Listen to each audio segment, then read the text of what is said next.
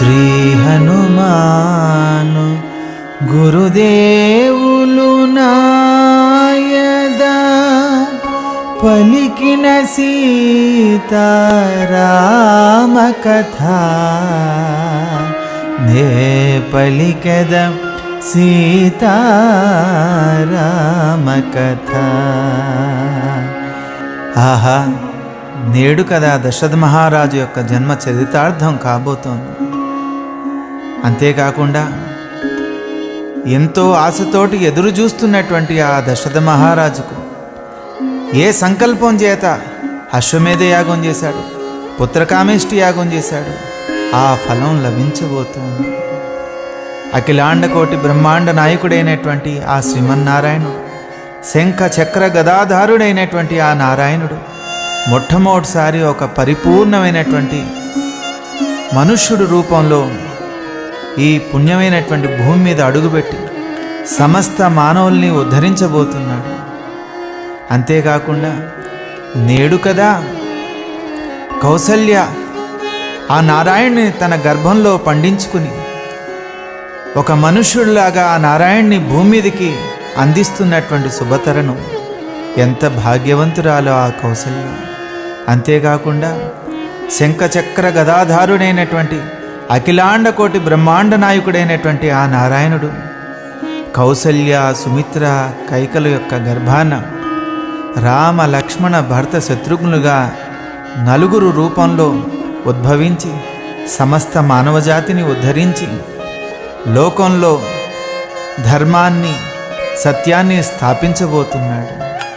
ఎన్నో యుగాల నుంచి మునులు, గంధర్వులు, యక్షులు ఎంతో పరితపిస్తూ తపస్సు చేస్తున్నటువంటి ఆ నారాయణ యొక్క దర్శనం ఒక మానవ రూపంలో లభించేటటువంటి శుభ తరుణం ఇది. ఆ శ్రీమన్నారాయణుడు శ్రీరాముడుగా భూమి మీద అవతరించి రాక్షస బలాన్ని నశింపజేసి ధర్మాన్ని, సత్యాన్ని స్థాపించి రావణాసుని వధించి లోకంలో అందరికీ శాంతిని కలిగించినటువంటి ప్రేమ స్వరూపుడు. అందుకే ఆయన్ని పుంసాం మోహన రూపాయ అంటారు. అటువంటి ఆ రాముడు కౌసల్య గర్భాన్న జన్మించేటటువంటి శుభ సమయం ఆసన్నమైంది. అయోధ్యావాసులంతా ఎంతో ఆశతోటి ఎదురు చూస్తున్నటువంటి ఆ శుభతరుణం వచ్చింది.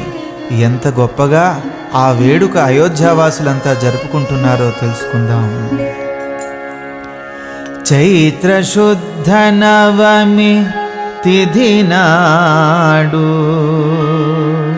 పునర్వసు నక్షత్రమునందు చైత్ర శుద్ధ నవమి తిథి నాడు పునర్వసు నక్షత్రమునందు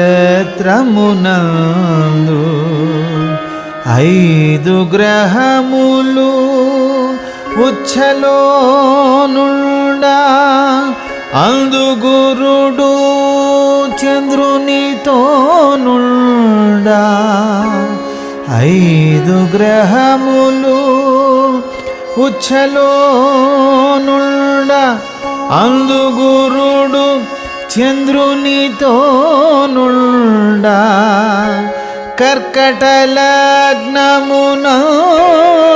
జనిల్చెను కౌసల్యకు రాముడను పుత్రుడు. కర్కట లగ్నమునందు జనిల్చెను కౌసల్యకు రాముడను పుత్రుడు.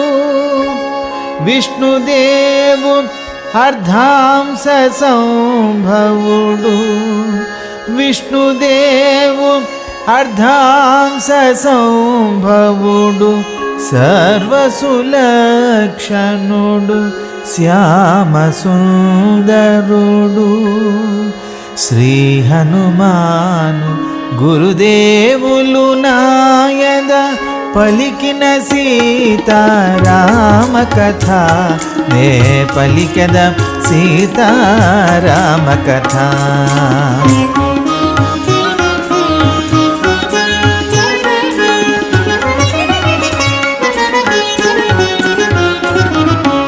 ఏ రకంగా ఆ నారాయణుడు రాబోతున్నాడంటే, పుష్యమి నక్షత్రమునందు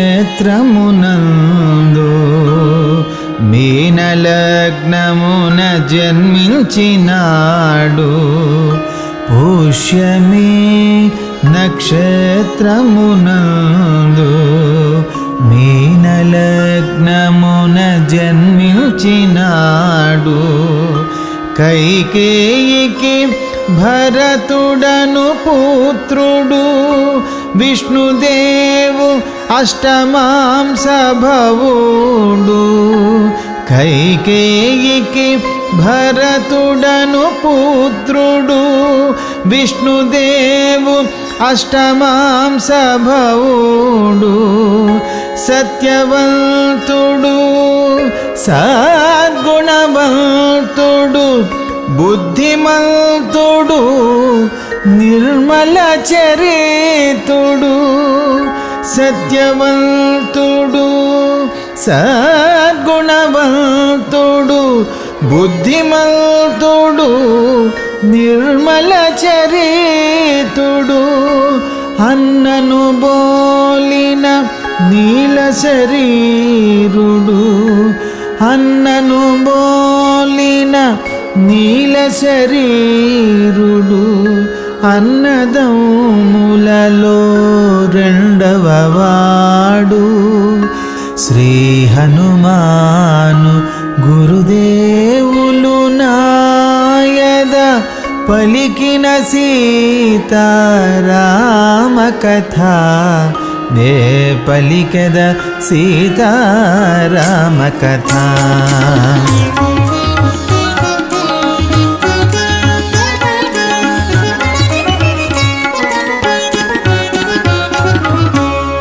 ఆశ్లేష నక్షత్రమునందు కర్కటలగ్న మధ్యాహ్నమునందు.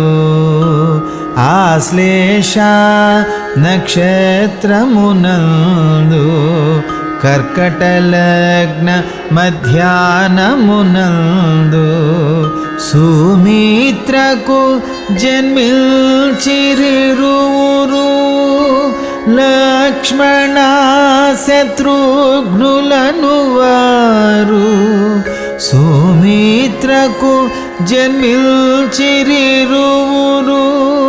లక్ష్మణ శత్రుఘ్నులను వారు.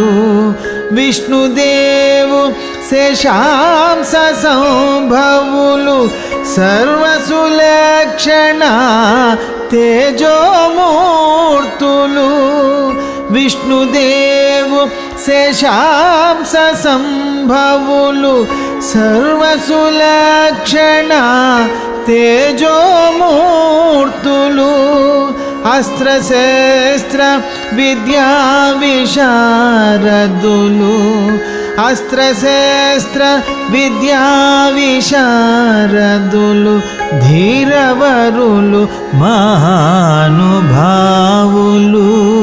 శ్రీ హనుమాను గురుదేవులు నాయద పలికిన సీతారామ కథ, నే పలికద సీతారామ కథ.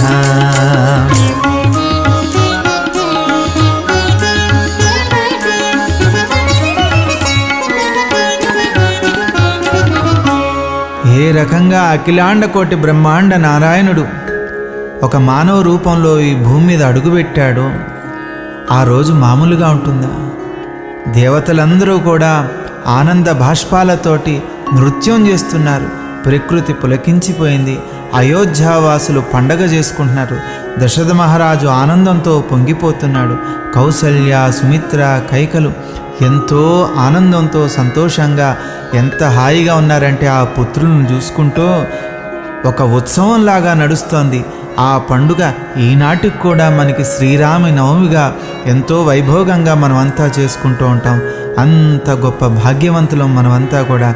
ఎంత గొప్పగా ఆ పండుగ జరుగుతోందంటే, గంధర్వాదులు గానము చేయగా, అప్సరసలు కూడి నాట్యమాడగా గంధర్వాదులు గానము చేయగా అప్సరసలు కూడి నాట్యమాడగా దేవదుందుబులు మారుమ్రోగగా పుష్పవర్షములు మెండుగా కురియగా దేవదుందుబులు మారుమ్రోగగా పుష్పవర్షములు మెండుగా కురియగా రాజమార్గములు కనుల పండువుగా జనసమూహముతో కిటకిటలాడగా రాజమార్గములు కనుల పండువుగా జనసమూహముతో కిటకిటలాడగా ముల్లోకముల పేరొందిన పురము ముల్లోకముల పేరొందిన పురము శోభిల్లెను అయోధ్యాపురము. శ్రీ హనుమాను గురుదేవులు నాయద పలికిన సీతారామ కథ నే పలికెద సీతారామ కథ.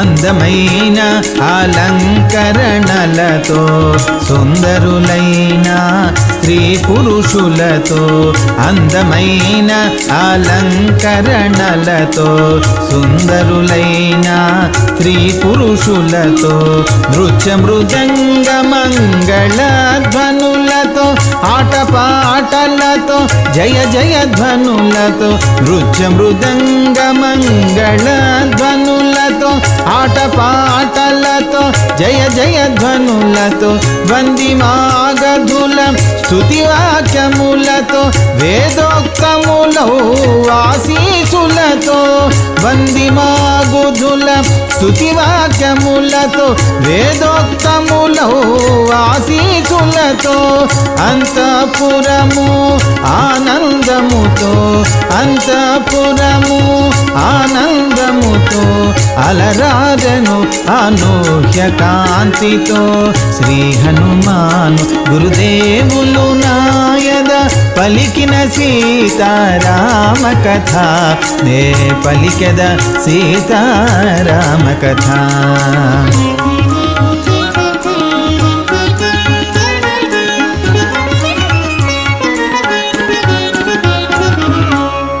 ఆ రకంగా నారాయణుడు రామ లక్ష్మణ భరత శత్రుఘ్నులుగా నలుగురుగా ఈ భూమి మీద అడుగు పెడితే చూస్తూ చూస్తూ 12 రోజులు వచ్చేసాయి.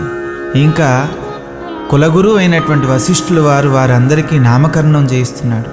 సామాన్యుడా వశిష్ఠుల వారు ఎంత గొప్ప పేర్లు పెట్టారంటే రమంతే ఇతి రామః. ఎవరిని చూస్తే ఆనందం కలుగుతుందో, ఎవరిని చూస్తే భయాలు పోతాయో, ఎవరిని చూస్తే అదృష్టాలు కలిసి వస్తాయో అటువంటి ఆయనకి రామ అని పేరు పెట్టాడు. రమంతే ఇతి రామః. భవిష్యత్తులో రాజభారాన్ని మొయ్యాల్సి వస్తుందని రెండవ వాడికి భరతుడని పేరు పెట్టాడు. మూడవ వాడికి సకల లక్షణాలతోటి ఉంటాడు కాబట్టి, ఎంతో సోదర ప్రేమతో ఉంటాడు కాబట్టి, సద్గుణవంతుడు కాబట్టి లక్ష్మణుడు అని పేరు పెట్టాడు. అలాగే నాలుగవ వారికి రాజ్యభారాన్ని మోసే సమయంలో రాముడు వనవాస జీవితాన్ని స్వీకరిస్తే భరతుడేమో పాదుకా పట్టాభిషేకం చేసుకుని అయోధ్యా నగరానికి దూరంగా ఉంటే అయోధ్యా నగరాన్ని అంతటినీ కాపలా కాయాలి కాబట్టి ఏ శత్రువులు అయోధ్యా నగరంపై దండెత్తకుండా ఉండటానికి ఆ నాలుగవ వాడికి శత్రుఘ్నుడు అనే పేరు పెట్టారు. ఆ రకంగా ఈ నామకరణ మహోత్సవం జరుగుతోంది. 12వ రోజు రాజసుతులకు నామకరణము చేసే వశిష్ఠుడు.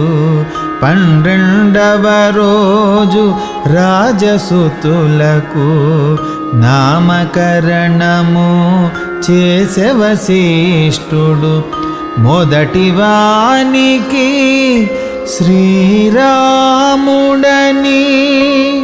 రెండవ వానికి భరతుడని. మొదటి వానికి శ్రీరాముడని, రెండవ వానికి భరతుడని, మూడవ వానికి లక్ష్మణుడని, నాల్గవ వానికి శత్రుఘ్నుడని, మూడవ వానికి లక్ష్మణుడని, నాల్గవ వానికి శత్రుఘ్నుడని, నలుగురు కొడుకుల తండ్రి దశరథుడు, నలుగురు కొడుకుల తండ్రి దశరథుడు, చతుర్ముఖుడే అని పిలిచినాడు. శ్రీ హనుమాను గురుదేవులు నాయద పలికిన సీతారామ కథ, నే పలికద సీతారామ కథ. అలాగ రోజులు గడిచిపోతున్నాయి. చూస్తూ చూస్తూ 12 సంవత్సరాలు గడిచిపోయినాయి. ఆనందం ఎలా ఉంటుందంటే కాలం తెలియకుండా గడిచిపోతూ ఉంటుంది. నలుగురు కొడుకులను చూసుకుని తండ్రి దశరథ మహారాజు ఎంతో మురిసిపోతున్నాడు. ఇంకా అప్పుడే ఆయన దృష్టి ఎంత దూరం వెళ్ళిందంటే వశిష్ఠులు వారిని పిలిచి, మన పిల్లలు పెద్దవాళ్ళు అవుతున్నారు, మంచి యోగ్యత కలిగినటువంటి కన్యలు లభించినట్లయితే వాళ్ళకి వివాహం చేయాలని సంకల్పం కలుగుతోంది. తమరు ఏమంటారో అని చర్చిస్తున్న సమయంలో ఏం జరిగిందో తెలుసుకుందాం. రామలక్ష్మణ భరత శత్రుఘ్నులు దినదిన ప్రవర్ధమానులు కాగా, రామలక్ష్మణ భరత శత్రుఘ్నులు దినదిన ప్రవర్ధమానులు కాగా, ఉపనయనాది సంస్కారములందగా సకల శాస్త్రముల ఆరితేరగా, ఉపనయనాది సంస్కారములందగా సకల శాస్త్రముల ఆరితేరగా, నలుగురు సుతులను దశరథుడు గని మదిలో పొంగి మంచి రోజు గని, నలుగురు సుతులను దశరథుడు గని మదిలో పొంగి మంచి రోజు గని, వశిష్ఠాదుల పిలిపించినాడు, వశిష్ఠాదుల పిలిపించినాడు, పెండ్లి విషయములు యోచించినాడు.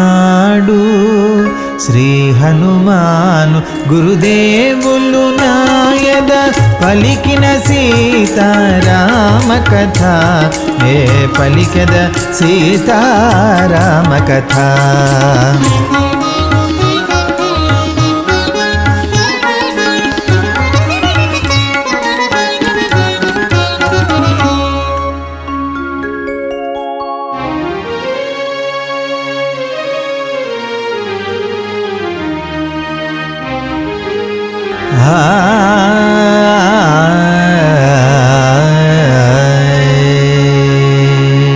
శ్రీ హనుమాను గురుదేవులు నాయద పలికిన సీతారామ కథ, నే పలికద సీతారామ కథ.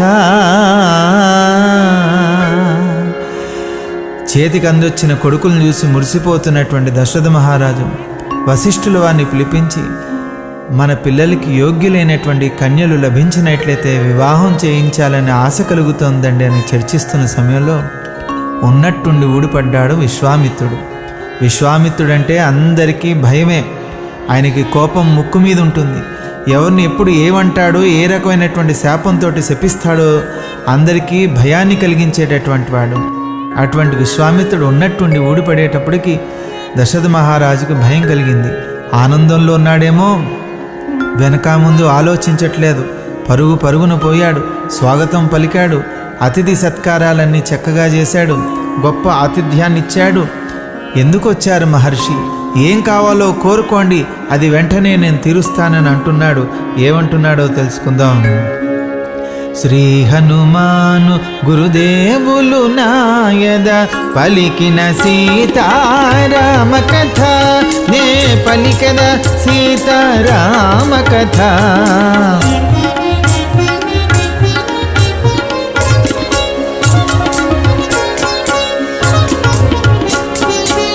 ఆ సమయానికి విశ్వామిత్రుడు దశరథుని గణాయే తెంచినాడు.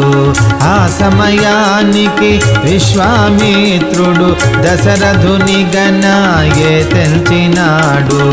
దశరథుడొసగిన పూజలందుకొని కుశలములడిగి దీవెనలొసగి, దశరథుడొసగిన పూజలందుకొని కుశలములడిగి దీవెనలొసగి, కార్యార్థిగానే వచ్చినాడనని దశరథునితో గాధేయుడు పలుకగా, కార్యార్థిగానే వచ్చినాడనని దశరథునితో గాధేయుడు పలుకగా, ఎంతటి కార్యము నైన జేతునని, ఎంతటి కార్యము నైన జేతునని మోరుబల్కెను భూపతి బాసగ.